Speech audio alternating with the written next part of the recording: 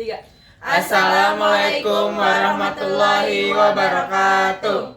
Yang terhormat kepada Ibu Dian Indasari, SEAKMM, selaku dosen pengampu mata kuliah perpajakan, dan teman-teman yang kami banggakan.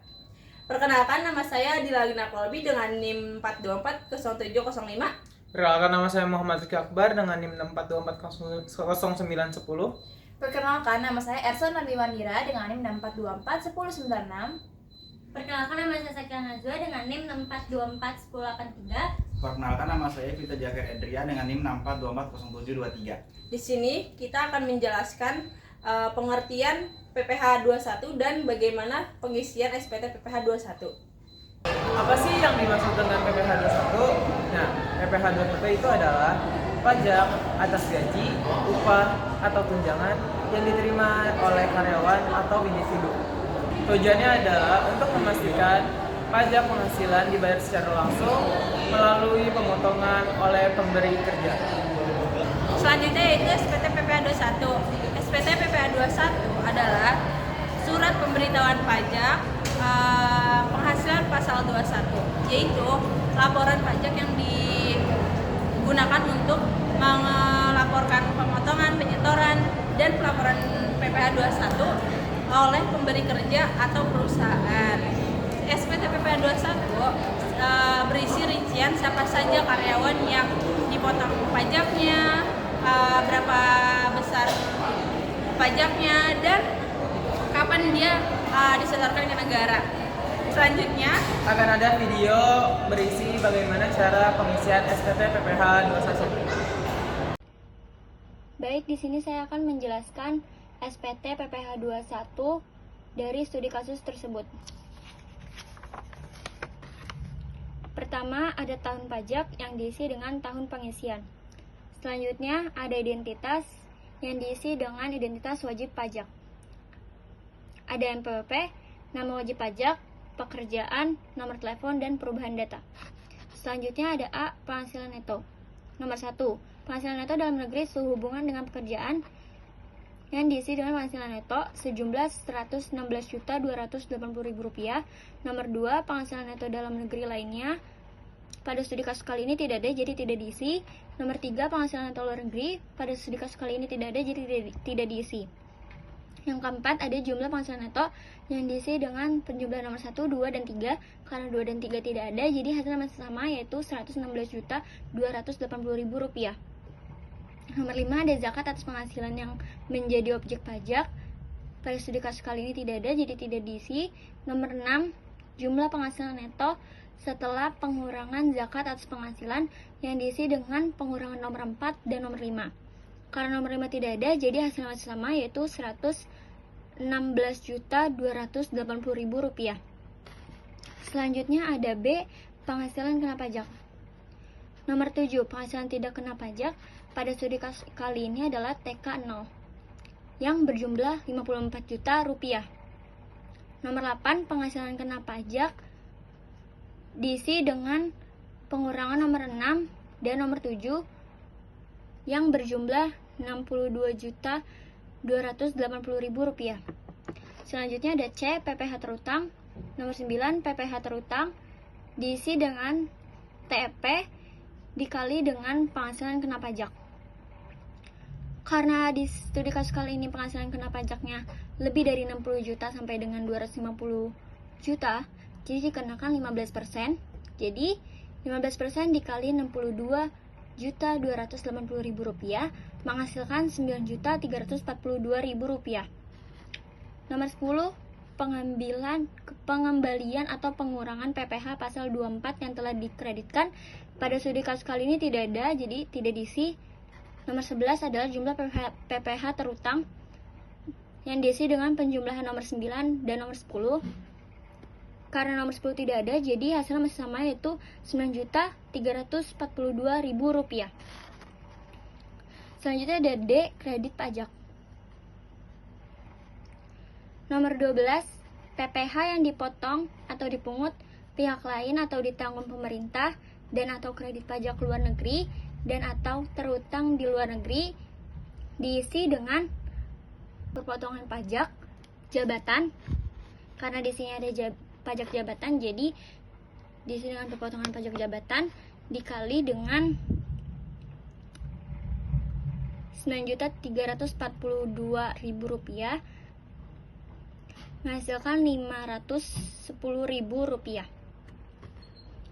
Nomor 13 diisi dengan pengurangan dari nomor 11 dengan nomor 12 yang menghasilkan 8.832.000 rupiah. Selanjutnya di nomor 14, PPh yang dibayar sendiri. A. PPh pasal 25 tidak ada pada studi kasus kali ini. B. STP PPh pasal 25 tidak ada pada studi kasus kali ini. C. Fisikal luar negeri tidak ada pada studi kasus kali ini. Selanjutnya 15. Jumlah kredit pajak dari 14A, B, dan C itu tidak ada karena memang tidak ada pada studi kasus kali ini. Selanjutnya ada E. PPh kurang atau lebih bayar. Nomor 16, PPh pasal 29, PPh pasal 8A, atau pengurangan dari nomor 13 dan nomor 15 itu tidak ada karena nomor 13 dan nomor 15 pada studi kasus kali ini tidak ada.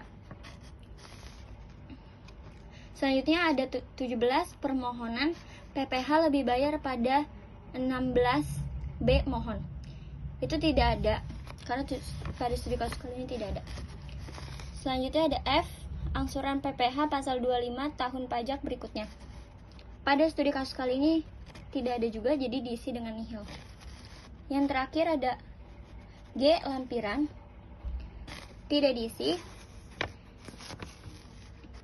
Selanjutnya ada pernyataan. Pernyataan diisi oleh pernyataan dari wajib pajak tersebut bahwa data-data yang di atas sudah benar dan tepat.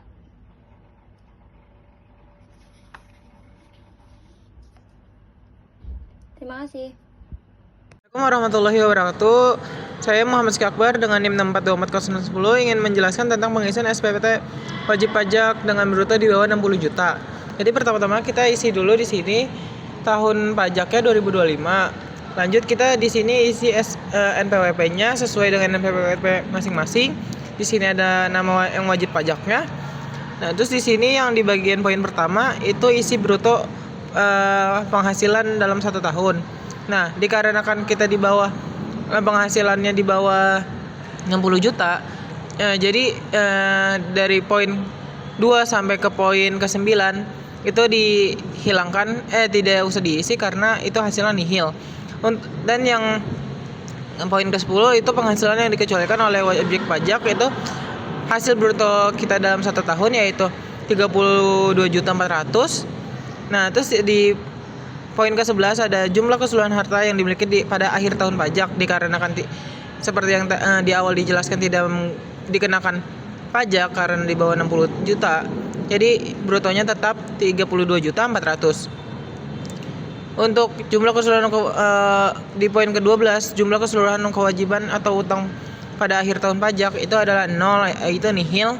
Nah, itu di bawah pernyataan itu ada tanda tangan sama tanggal saat kita pengisian wajib pajak, saat pengisian SPT. Terima kasih. Wassalamualaikum warahmatullahi wabarakatuh. Assalamualaikum warahmatullahi wabarakatuh. Saya di sini akan mengisi SPT tahunan pajak penghasilan wajib pajak orang pribadi pada studi kasus saya. Yang pertama, pada bagian identitas wajib pajak, saya mengisi NPWP di sini. Yaitu di sini ada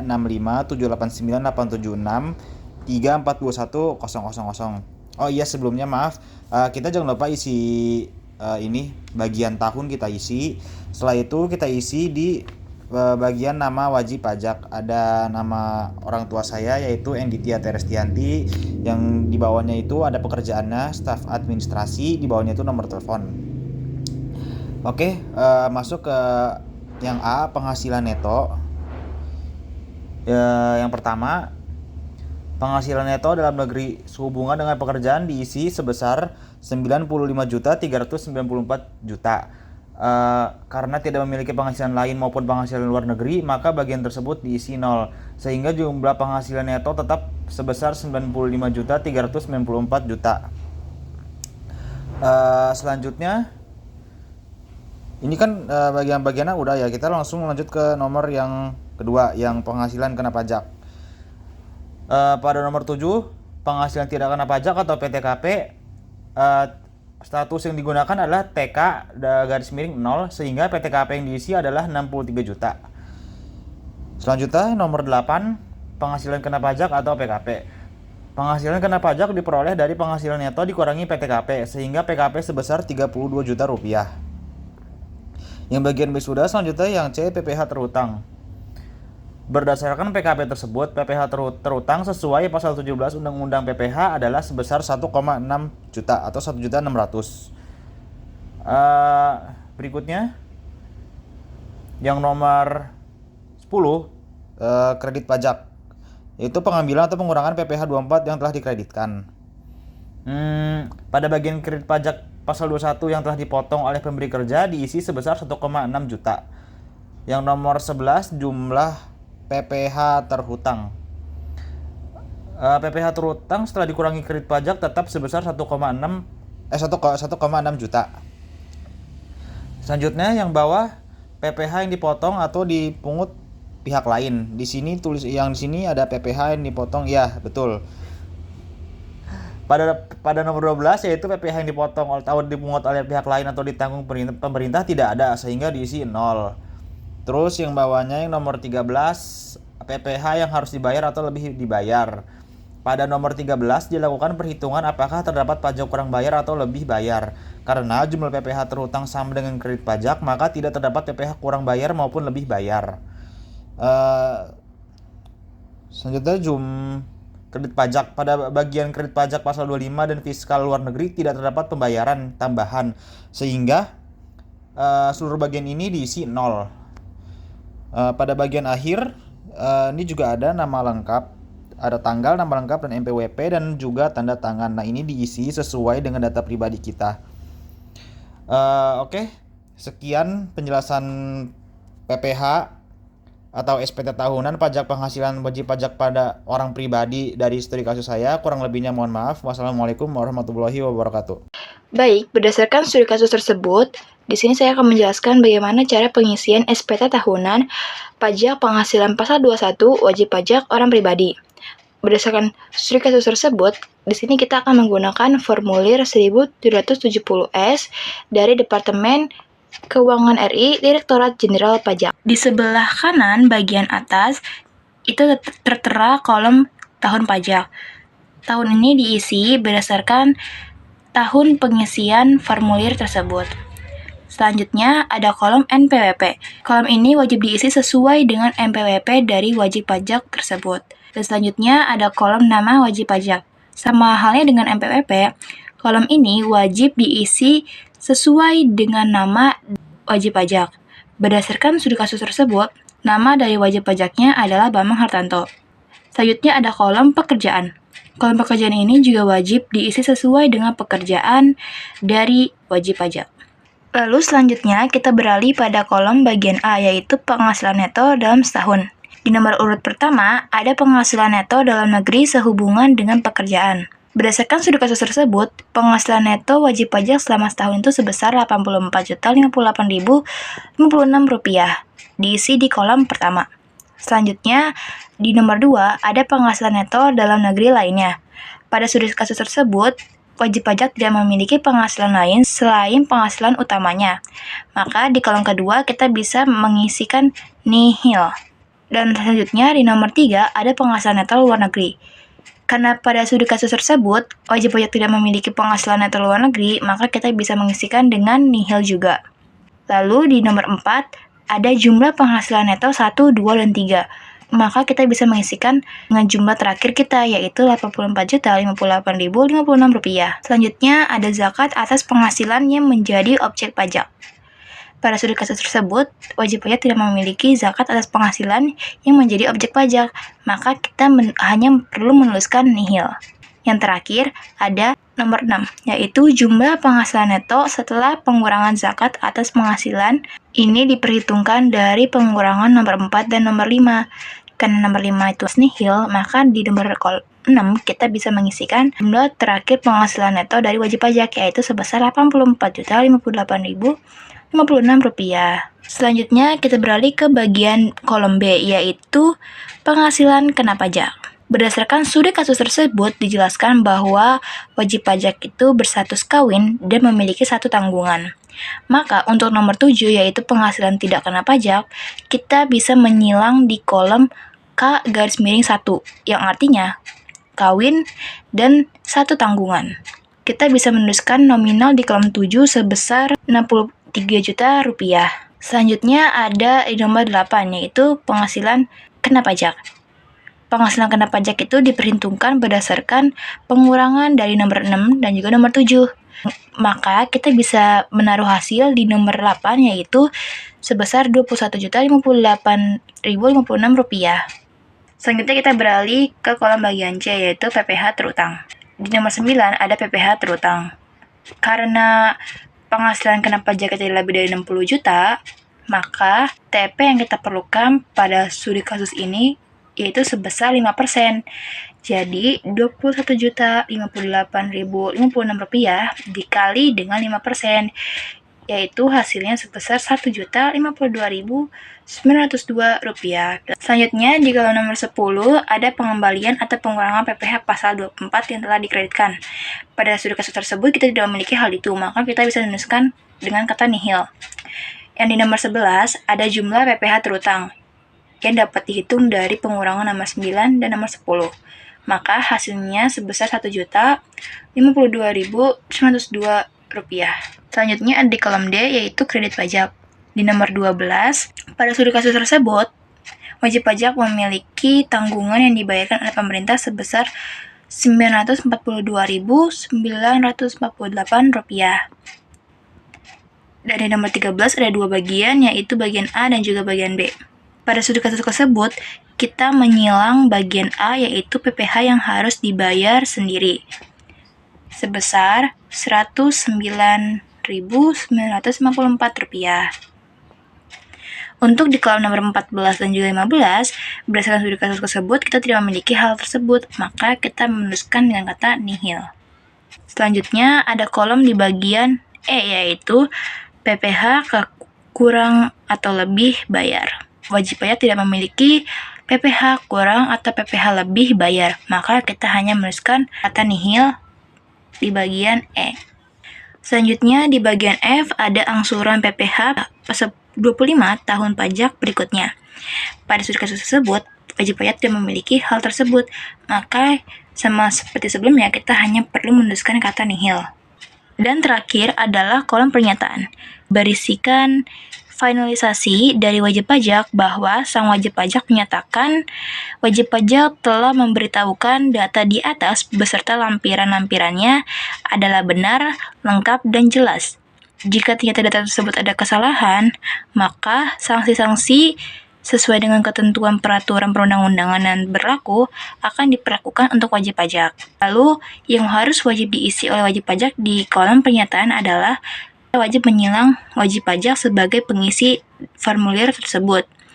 Lalu nama lengkap dari wajib pajak, dan terakhir ada NPWP dari wajib pajak. Selanjutnya adalah tanda tangan dari wajib pajak yang menyatakan bahwa data tersebut telah disetujui oleh wajib pajak. Baik, di sini saya akan menjelaskan SPT PPh 21 dari studi kasus tersebut. Yang pertama ada tahun pajak yang diisi dengan tahun pengisian. Selanjutnya ada identitas yang diisi dengan nama wajib pajak. Ada NPWP, nama wajib pajak, pekerjaan, nomor telepon, dan perubahan data. Selanjutnya ada A, penghasilan neto. Nomor 1, penghasilan neto dalam negeri sehubungan dengan pekerjaan yang penghasilan netonya yaitu Rp87.933.048. Nomor 2, penghasilan neto dalam negeri lainnya. Pada studi kasus kali ini tidak ada, jadi tidak diisi. Nomor 3, ada penghasilan neto luar negeri. Pada studi kasus kali ini jadi tidak diisi. Nomor 4, ada jumlah penghasilan neto yang dijumlahkan dari nomor 1 sampai nomor 3. Karena nomor 2 sama 3 tidak ada, Jadi hasilnya tetap sama, yaitu Rp87.933.048. Nomor 5, ada zakat atas penghasilan yang menjadi objek pajak. Pada studi kasus kali ini tidak ada karena jadi tidak diisi. Nomor 6, ada jumlah penghasilan neto setelah pengurangan zakat atas penghasilan dari pengurangan. Nomor 4 dengan nomor 5.